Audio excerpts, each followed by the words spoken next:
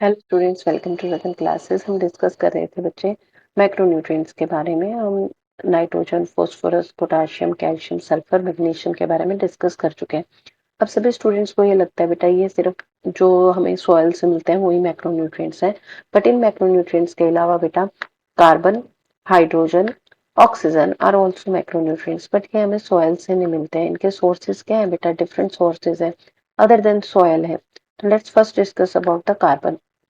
Carbon का main source क्या है बेटा? Atmospheric carbon dioxide. Plant carbon को ऑब्टेन करते हैं through the process of photosynthesis. Carbon अब बेटा किस किस को बनाने में हेल्प करता है? वी नो ऑर्गेनिक मॉलिक्यूल्स का बेसिक फ्रेमवर्क में होता है, तो it is help in formation of carbohydrate, protein, lipid, nucleic acid and plant hormone. That's why the carbon is the basic structural element की जितने भी ऑर्गेनिक कंपाउंड प्रेजेंट है plant body के अंदर, उनके अंदर क्या हमें मिलेगा बच्चे? कार्बन मिलेगा।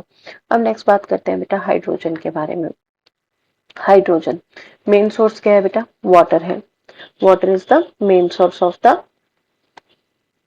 हाइड्रोजन। हाइड्रोजन कहाँ पे प्रेजेंट है? बेसिक कार्बोहाइड्रेट में, प्रोटीन में, लिपिड में, न्यूक्लिक एसिड्स में और वाटर के अंदर क्या है बेटा? हाइड्रोजन है।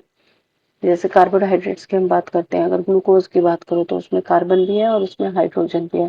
प्रोटीन्स की बात करते हो तो उसमें भी हाइड्रोजन है, लिपिड्स में भी हाइड्रोजन है, न्यूक्लिक एसिड्स में भी हाइड्रोजन है, और पानी के अंदर तो H2O फार्मूला भी नो, तो उसके अंदर भी क्या है बेटा? हाइड्रोजन है।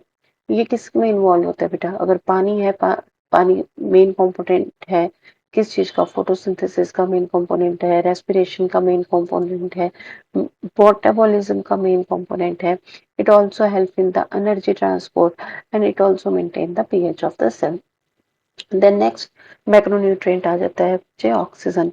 ऑक्सीजन के मेन सोर्स क्या है? ऑक्सीजन का मेन सोर्स है बच्चे कार्बन डाइऑक्साइड, वाटर।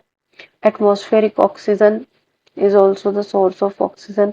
अब ऑक्सीजन भी कंपोनेंट है बच्चे कार्बोहाइड्रेट का, प्रोटीन का, लिपिड का, न्यूक्लिक एसिड्स का, वाटर का, and it is very important for the aerobic respiration. बेटा कार्बन हो गया, हाइड्रोजन हो गया और ऑक्सीजन हो गया, ये जितने भी ऑर्गेनिक कंपाउंड्स हैं उनके क्या है? मेन कंपोनेंट है।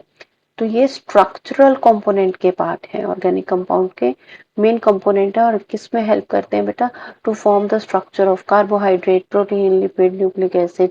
सो these all three are obtained from different sources like from the atmosphere, from the water, but they are also the main macronutrients for the plant.